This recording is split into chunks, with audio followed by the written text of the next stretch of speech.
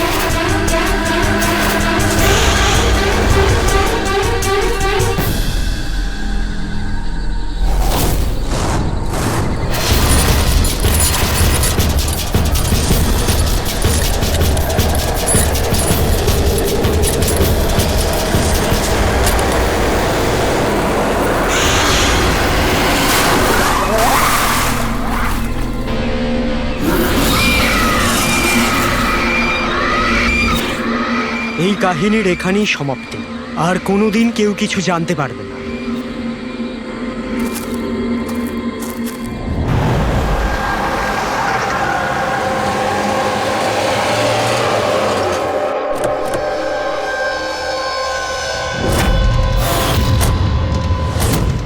Guys hold on, এখানে কি হচ্ছে আমাকে কেউ বলবে? একটু তাড়াতাড়ি চলো, তোমরা তো জানোই এখনকার পরিস্থিতি কেমন। বাবা ভাই কেউই ফোন তুলছে না। বাবা রে, প্লিজ দরজাটা খোলো। করণ দেখো না, কেউ দরজাই খুলছে না।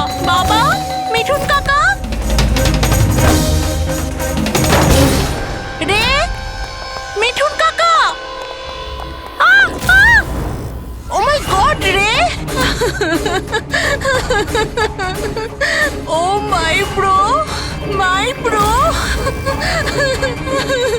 হি ইজ নো মোর।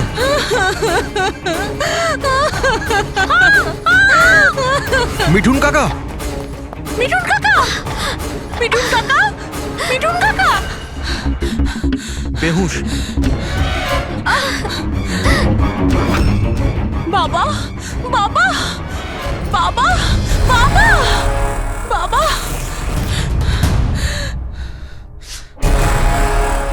রক্ত, বাবা, বাবা, বাবা। আঙ্কেল, দেখো না আঙ্কেল, বাবার কি হলো। শীতল আঙ্কেল বেঁচে আছে। প্লিজ প্লিজ তাড়াতাড়ি ডাক্তারকে হ্যাঁ, ডাকো। Calm down, calm down. Tara, Tara. বাবা, আঙ্কেল, আঙ্কেল ডোন্ট উরি। অ্যাম্বুলেন্সকে কল করো, অ্যাম্বুলেন্সকে কল করো, আর্জেন্ট। শীতল, যখন তুমি খান্ডালাতে ছিল তখন এসব হয়েছে, তাই তো? হ্যাঁ স্যার, আসলে ওখানে আমাদের প্রপার্টি নিয়ে কিছু প্রবলেম চলছিল, তাই জন্য আমি আর করণ ওখানে গিয়েছিলাম। করণ? হ্যাঁ, হি ইজ মাই লয়ার। ও আচ্ছা। স্যার, ওই জমিটা শীতলের নামে ছিল, সেই জন্য ওর ওখানে থাকা উচিত ছিল। ইয়েস স্যার, খুব ইম্পর্ট্যান্ট মিটিং ছিল। আপনি? সিস তারা, আমার অ্যাসিস্ট্যান্ট।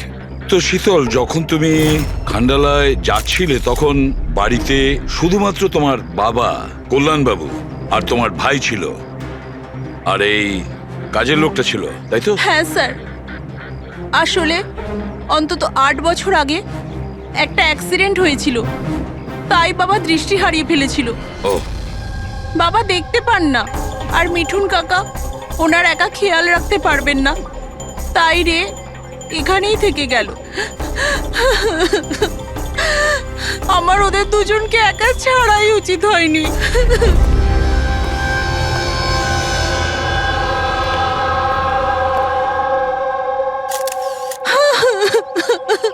শান্ত হও, একটা কথা বলো শীতল। তুমি বলছিলে যে ওনাকে একা ছেড়ে যাওয়াই উচিত হয়নি, এটা তোমার কেন মনে হয়েছে? আচ্ছা, তোমার কি কোনো ভয় ছিল ওনার বা দুজনের বিপদ হতে পারে, এরকম কিছু হওয়ার? না স্যার, কিন্তু এটা নিশ্চয়ই জানতাম যে রের ওর বন্ধুদের সাথে খুব বড় প্রবলেম চলছিল, ফ্রেন্ডসদের সাথে?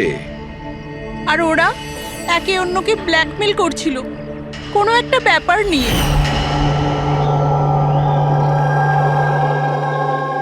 তুই আমাদের সাথে এরকম কি করে করতে পারবি? একবার আবার ভেবে নে রে, আর এটাই যদি তোর ফাইনাল ডিসিশন হতো, তুই জানিস কি হবে। I don't care. আমি তো শুধু ঠিক সময়ের জন্য অপেক্ষা করছি। কিন্তু যদি কেউ কিছু জানতে পেরে যায় তো? তুই পাগল হয়েছিস নাকি? যদি তুই এরকমই বিহেভ করতে থাকিস তাহলে কারোর না কারোর তো ডাউট হবেই। গাইস, যদি আমরা কন্ট্রোল থাকি তো উই আর সেফ। গাইজ, তোমরা নিজেদের দেখে নাও। আমি অনেস্টলি জানি না আমি কি করতে চলেছি।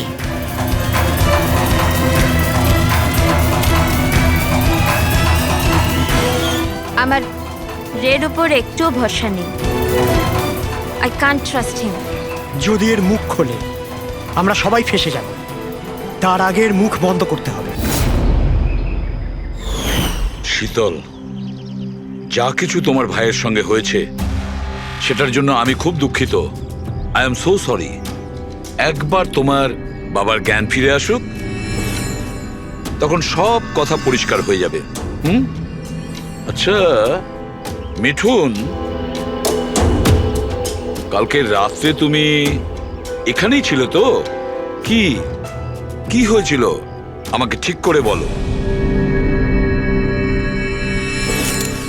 শরীরে কোনো বড় আঘাতের চিহ্ন নেই, শুধু ছোটোখাটো কিছু আঘাত, কিন্তু হ্যাঁ ফ্র্যাকচার বেশ কিছু হয়েছে। বুঝতে পারছি না এ মারা গেল কিভাবে।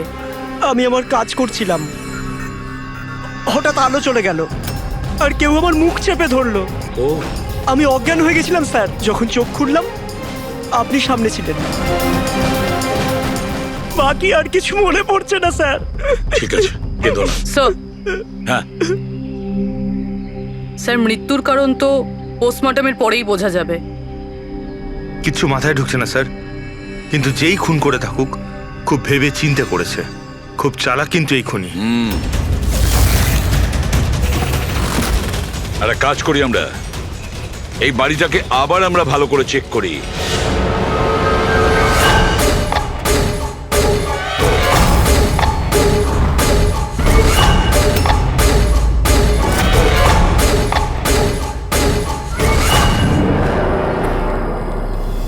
কাঁচটা ভেঙে বাড়ির ভেতরে ঢুকেছিল।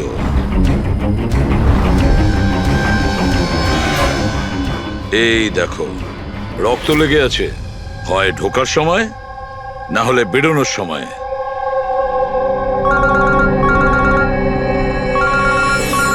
Hello, ACP Pradyuman here. আচ্ছা, কল্যাণবাবুর জ্ঞান ফিরেছে?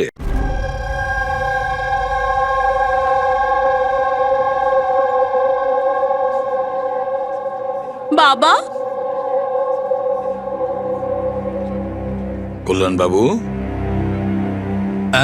আমি সিআইডি অফিসার এসিপি প্রদ্যুমান। আপনি আমাকে বলতে পারবেন কি হয়েছিল? আমি নিজের বাড়িতে ছিলাম, আমি তো শুধু আওয়াজ শুনতে পাচ্ছিলাম। কে যেন জোরে জোরে চিৎকার করছিল, জিনিসপত্র এখানে ওখানে ফেলে দিচ্ছিল। আওয়াজ হচ্ছিল, জানি না কি হচ্ছিল ওখানে। আর সাডেনলি বাঁ দিক থেকে কেউ দৌড়ে এলো আমার দিকে, আর কে যেন আমাকে ছুরি মেরে দিল, মনে হয় বাঁ হাত দিয়ে।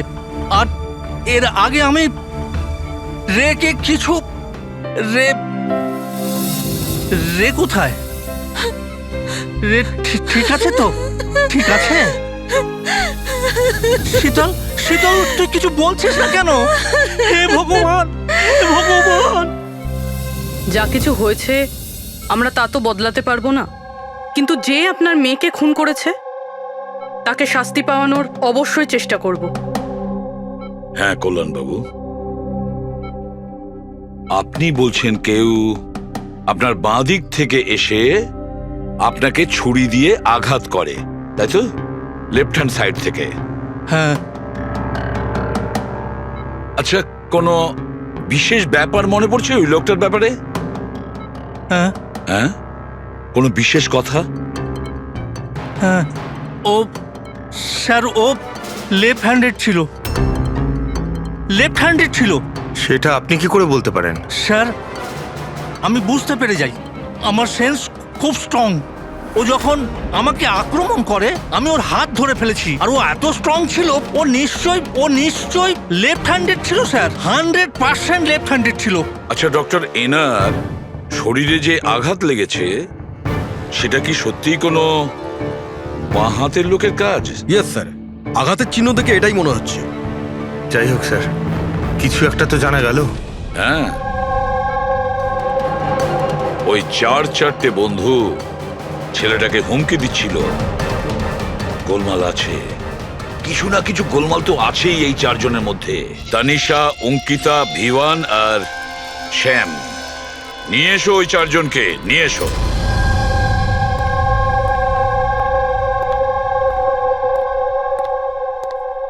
নমস্কার স্যার, আপনার পরিচয়? আমি শ্যামের বাবা। ও আচ্ছা। গত 2 সপ্তাহ থেকে শ্যামের সঙ্গে আমার কোনো কথা হচ্ছে না। এবার আমি আপনাদের কি করে বলবো যে ও কোথায় আছে? আমি ওকে কয়েকবার ফোন করেছি, কিন্তু ওর ফোনটা কিছুতেই লাগছে না। আমি তানিশার মা। ওকে ফোন করে আমি কি জিজ্ঞেস করব?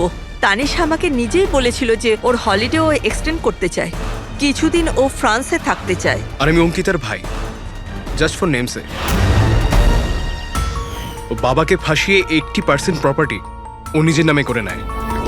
আমি কেন চিন্তা করব স্যার ওর ব্যাপারে? স্যার, আমি অঙ্কিতার ব্যাপারে কিচ্ছু জানি না।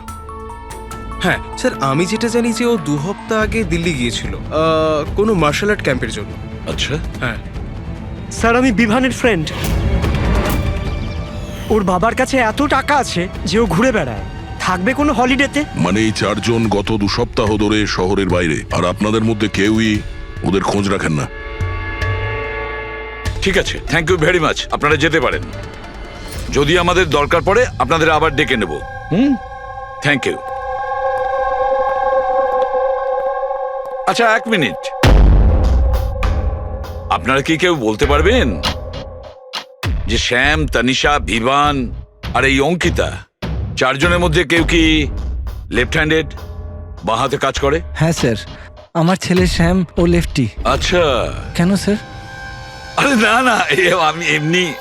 ঠিক আছে, আপনারা যেতে পারেন। Thank you.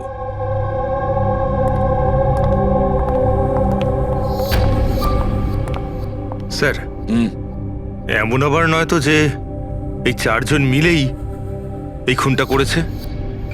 হতে পারে স্যার, আর সেই ভয়েই এই 4 জন কোথাও না কোথাও গিয়ে লুকিয়ে বসে আছে। স্যার, এই 4 জনের লোকেশন জানতে পেরে গেছি। স্যার, কাল রাত্রে স্যাম, তানিশা, অঙ্কিতা আর ভিভান এই 4 জনেরই মোবাইল লোকেশন শীতলের বাড়ির 3 কিলোমিটার রেডিয়াসে ছিল। শ্যাম, তানিশা, ভিভান, অঙ্কিতা আর রে, এই 5 জনের মধ্যে কোনো রহস্য লুকিয়ে আছে। এমন কোনো রহস্য যেটা কাউকে বলতে চাইছে না ওরা। ওই রহস্যটাকে ওরা লুকিয়ে রাখতে চাইছে। হতে পারে এই রে, এ হয়তো ফাঁস করতে চেয়েছে। তাই এই রহস্য যাতে কেউ জানতে না পারে, রে কাউকে যাতে না বলে, সেই জন্য রেকে পথ থেকে সরিয়ে দেয়। এটা জানতে হবে স্যার, ওটা কি রহস্য ছিল যার জন্য রে মারা গেল। স্যার, একটা কথা বুঝতে পারছি না, এই চারজন পালাতে গেল কেন? এদের তো খুন করতে কেউ দেখেও নি। এক্স্যাক্টলি, লাইট চলে গেছিল স্যার। আর ওই কল্যাণবাবু দেখতে পেতেন না, চাকর মিথুন অজ্ঞান হয়ে পড়েছিল। আর ওখান থেকে পালিয়ে কেউ সন্দেহটা নিজের দিকে কেন নেবে? স্যার জানি না কেন, খালি মনে হচ্ছে কিছু একটা মিসিং আছে। ট্রেস করা শুরু করি স্যার। যদি এরা শহর থেকে বাইরে গিয়ে থাকে, কোনো railway station, airport, bus stop কিংবা হোটেলে যেতেই পারে। ওদের ক্রেডিট কার্ড আর ডেবিট কার্ডের ডিটেলস বার করি। দয়া যে করেই হোক আর যেভাবেই হোক, এই চারজনের লোকেশনের ইনফরমেশন আমাদের চাই, খুব তাড়াতাড়ি। হ্যাঁ সালুকে বলো।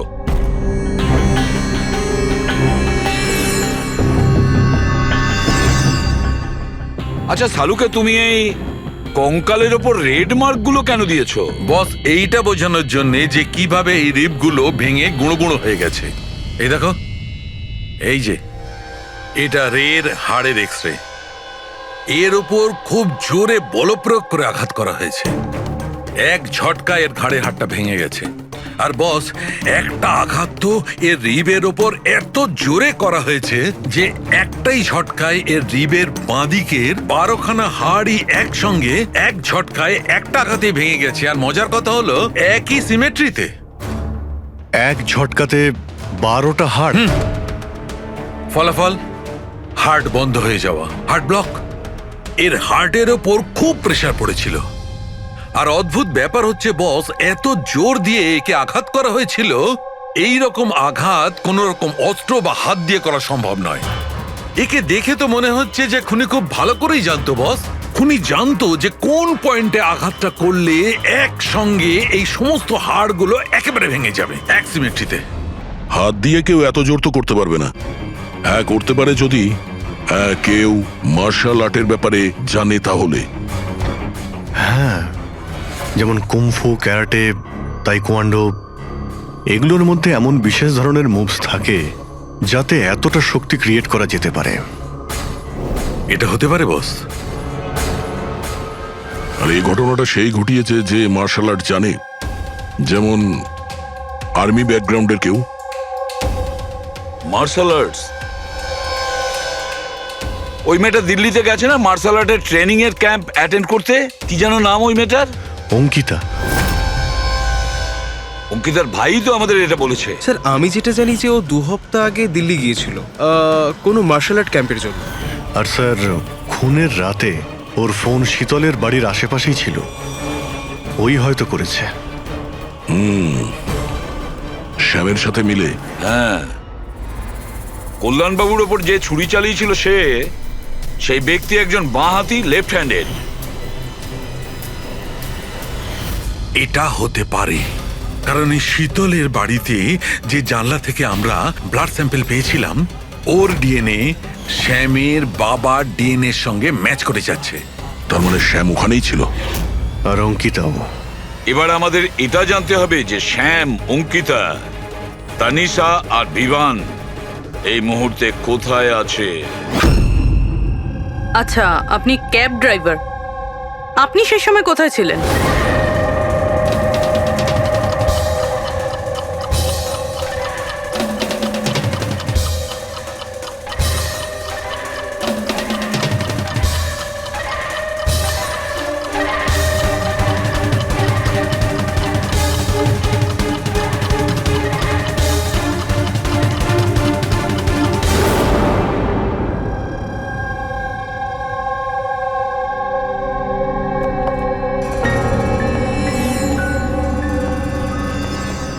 কি হলো? স্যার, স্যাম একটা ট্যুরিস্ট ট্যাক্সি নিয়ে পুনে চলে গিয়েছে। ট্যাক্সি যেখানে ওকে নামিয়েছে সেটার অ্যাড্রেস কিছুক্ষণের মধ্যেই পেয়ে যাব। স্যার, গত 24 ঘন্টার মধ্যে এই মেয়েটা পঞ্চগনিতে ওর এটিএম 3 বার ব্যবহার করেছে। এই অঙ্কিতা তো খুবই অদ্ভুত। 2017 ডিসেম্বরে বড়িভ্যালির একটা মার্কেট থেকে 5টা সিম কার্ড কিনেছিল। হ্যাঁ স্যার, এটাই সেই জায়গা যেখানে ইউজড সিম কার্ড পাওয়া যায়। আর স্যার, এরা সবাই 10ই ডিসেম্বর 2017-তে মহাবলেশ্বরে গিয়েছিল আর 14ই ডিসেম্বর ফিরেছিল। স্যার, এরা মনে করছিল যে এদেরকে কেউ ধরবে না, কিন্তু এদের থেকে একটা ভুল হয়ে গেছে। এই এই অঙ্কিতা মেয়েটি এই যে সিম কার্ডগুলো নিয়েছিল তার লোকেশন আমরা মহাবালেশ্বর থেকে 15 কিলোমিটার দূরে পেয়েছি স্যার। হ্যাঁ, brilliant job, absolutely brilliant job. ব্যাস, এবার এদেরকে ধরার পালা। আমরা একটা টিম করি আর কাজ শুরু করে দিই। কিন্তু স্যার 5টা সিম কার্ড আর তাও ইউজড, এটা কি করতে চাইছে? যাই করছে করতে দাও, আফসোস তো করতেই হবে, নিশ্চয়ই আফসোস করবে।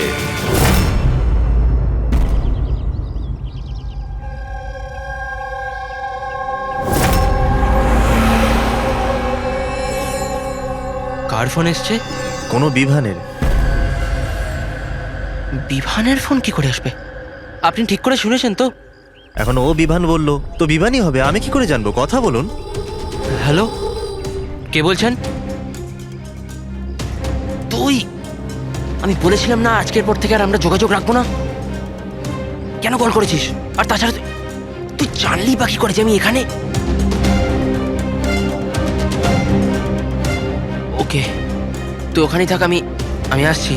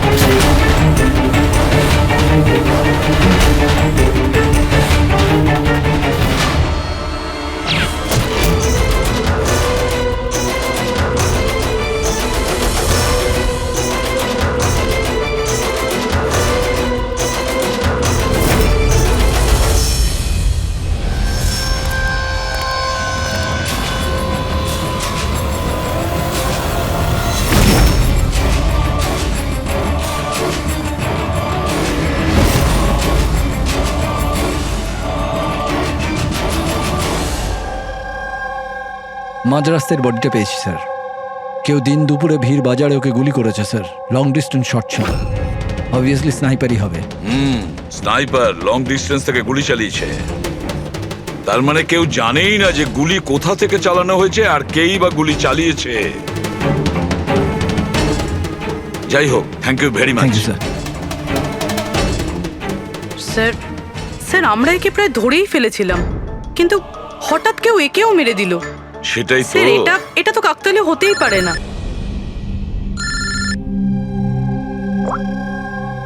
হ্যালো, কি? ঠিক আছে। কি হলো? স্যার, পুনে পুলিশ স্টেশন থেকে ফোন এসেছিল, কেউ একজন স্যামকে মেরে দিয়েছে। What? Oh my god. Sir, ও যেই লজে উঠেছিল সেই লজের সামনেই। স্যার এটা নিশ্চয়ই ওই বিভান আর অঙ্কিতার কাজ। এমন কোন একটা সিক্রেট আছে যেটা লুকোনোর উদ্দেশ্যে এটা সবাই নিজেদের মধ্যে একে অপরকে খুন করছে।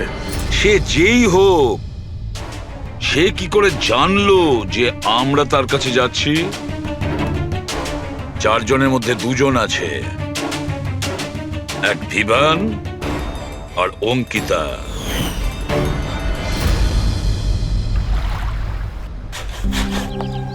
সবার সাথে তো নয়, অঙ্কিতার সাথে দেখা হয়েছিল, ওর সাথে কথা হয়েছিল আমার। অঙ্কিতার সঙ্গে? হ্যাঁ। এই মেয়েটা ছিল? হ্যাঁ, ওটা এই মেয়েটাই। ও আমাকে পেমেন্ট করেছিল 2 দিনের 20,000 টাকা। 2 দিনে 20,000 টাকা দিতে ও রাজি হয়েছিল? এমন কি ইমার্জেন্সি ছিল? আচ্ছা, এই দুদিনে আপনি ওনার সঙ্গে কিংবা ওর বাকি গ্রুপের সঙ্গে কথা বলেছিলেন? না স্যার, আমার কারোর সাথে দেখা হয়নি। আমি মেয়েটাকে অফার করেছিলাম, আমাদের কাছে কুক আর সিলিন্ডার দুটোই আছে, কিন্তু মেয়েটা বারণ করলো যে আমার কোনো হেল্প চাই না। মেয়েটি বলল যে আপনি 2 দিন পরে আসুন।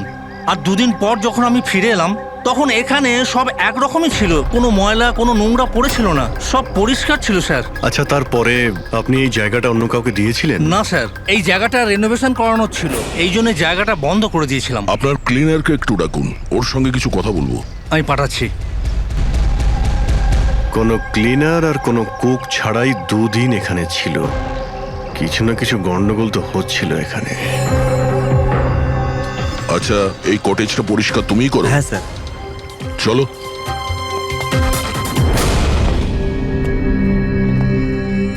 আচ্ছা, ওই 5 জন লোক যখন এখান থেকে চলে গেল, তারপর তুমি যখন এখানটা পরিষ্কার করেছিলে, তখন তুমি কিছু পেয়েছিলে এদিক ওদিকে, কিংবা কিছু অদ্ভুত লেগেছিল তোমার? না স্যার, ওরা তো খুব ভালো লোক ছিল। যাওয়ার আগে পুরো জায়গাটা একদম ঝকঝকে পরিষ্কার করে গেছিল।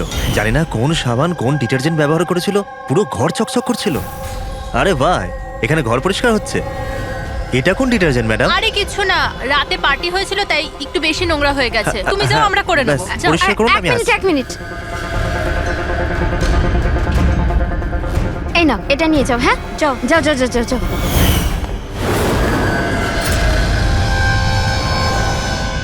খুব দামি স্যার, আমি তো পড়িনি কখনো, নাহলে লোকেরা বলতে চুরি করেছি। দামি তো সত্যি, কিন্তু এখন এই দামি ঘড়িটা আমাদের কাছে থাকবে। আগে স্যার। আসুন, আপনারাও আসুন।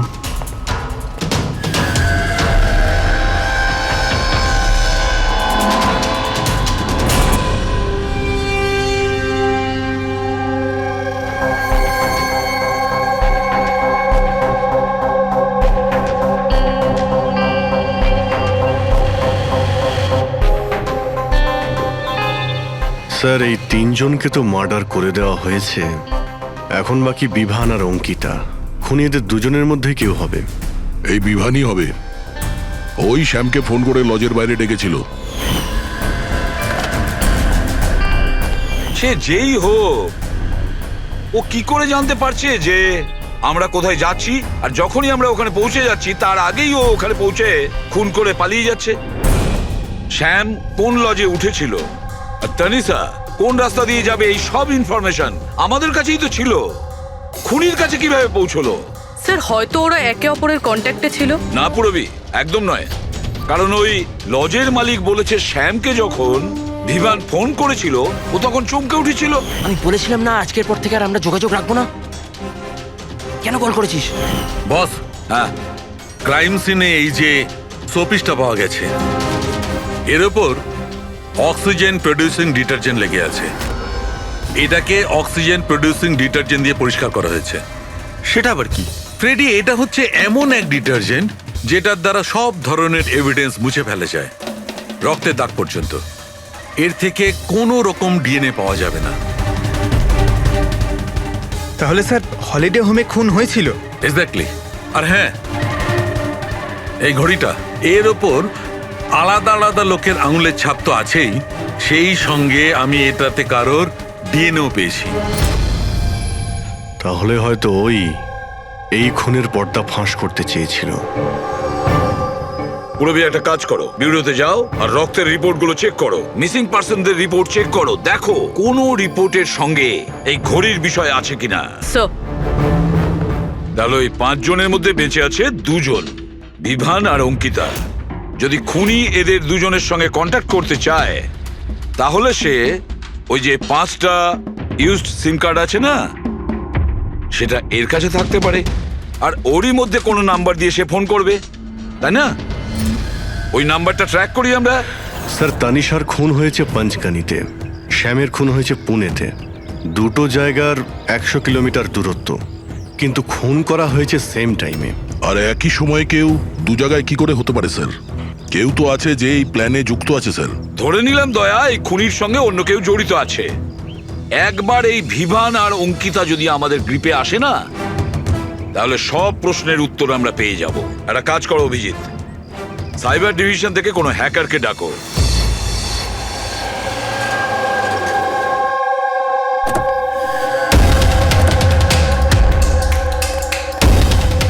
এতে পুরো টাকা আছে তো? হ্যাঁ।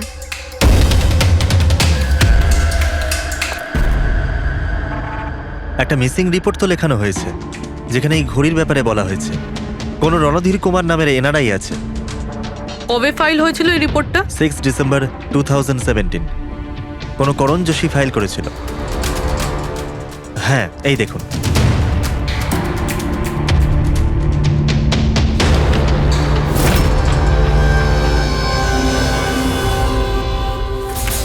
Thank you.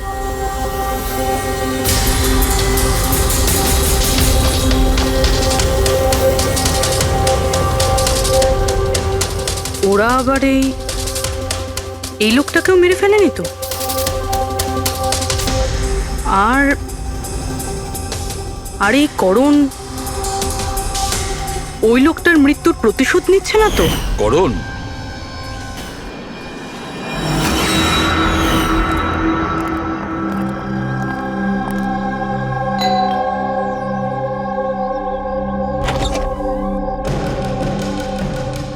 Good to see you. I hope এর মধ্যে টাকা পুরোটাই আছে। হ্যাঁ, পুরো টাকা আছে। এসো ভেতরে। দেখো, আমরা যেখানেই যাই না কেন, খুনি সেসব জানতে পারছে কি করে? হতে পারে আপনাদের লোকেশন কেউ ট্র্যাক করছিল। আপনি বলতে চাইছেন জিপিএস ট্র্যাকার? আগে সেলফোনস? Yes sir. একটা কাজ করো, তুমি আমাদের সেলফোনগুলো চেক করে দাও।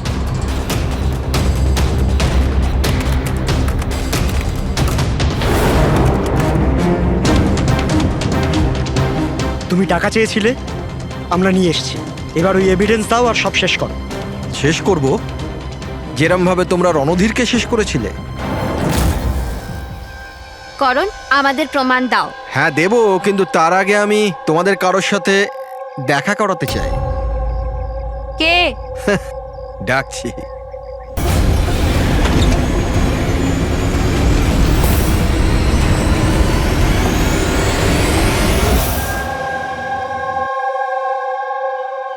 দেখুন স্যার, আপনাদের ফোন হ্যাক করা হয়েছে। হোয়াট? কিন্তু কিভাবে?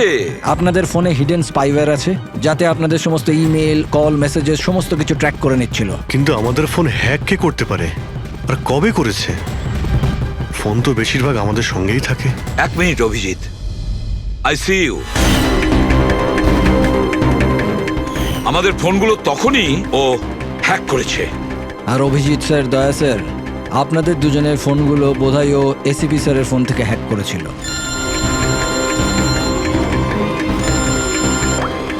হ্যাঁ পুরবি। করণ মৃতের সঙ্গে রিলেটেড?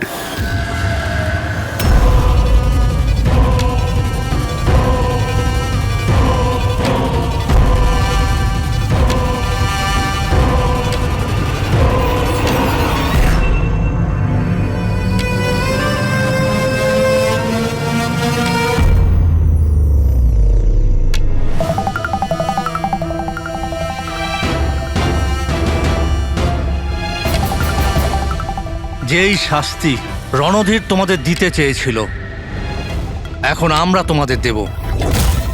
যেমন শ্যাম,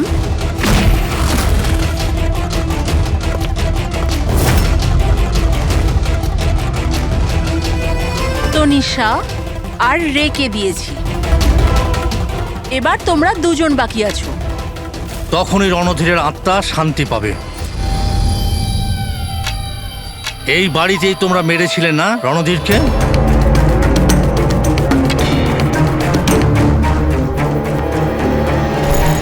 করণ,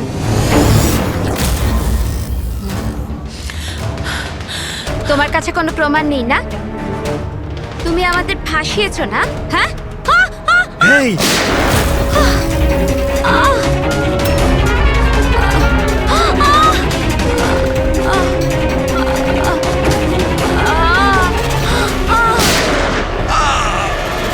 তুমি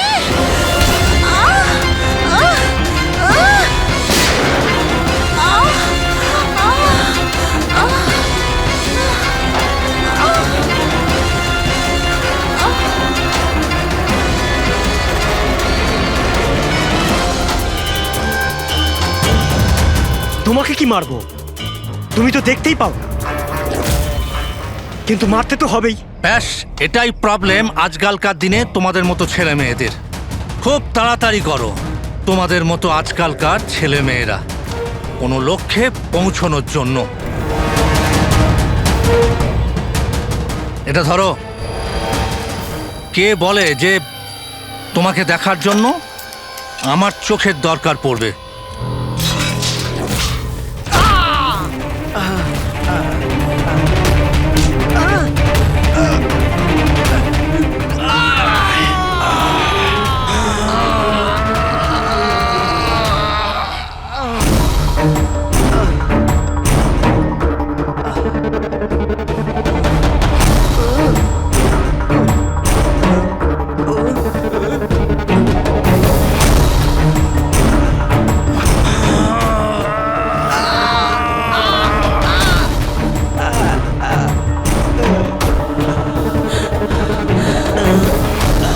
শীতল, শীতল মা, তুমি ঠিক ঠিক আছো তো?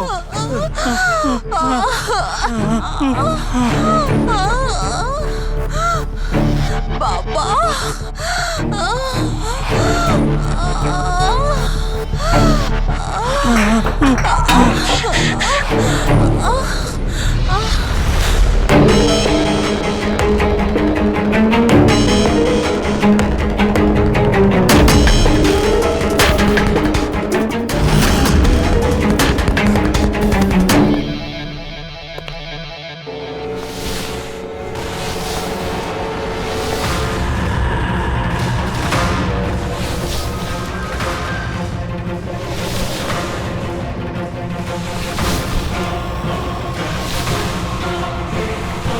অনেক বছর ধরে আমি স্পেশাল ফোর্সে ছিলাম।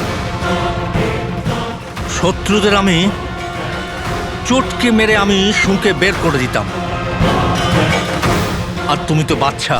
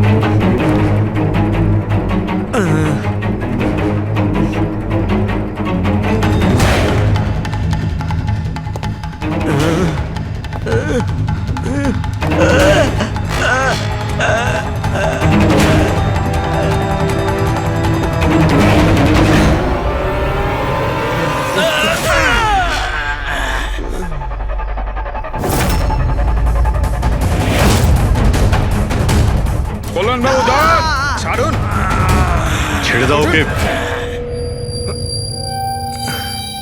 আমি তো অন্ধ অফিসার, কিন্তু আপনি দেখে বলুন যে আমি ওর পুরো শরীর বেকার করে দিয়েছি নাকি না,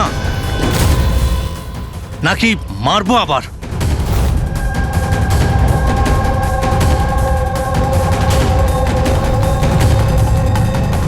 শীতল, রণধীর তোমার ভাই ছিল, আর কল্যাণবাবু রণধীর আপনার ছেলে, তাই তো?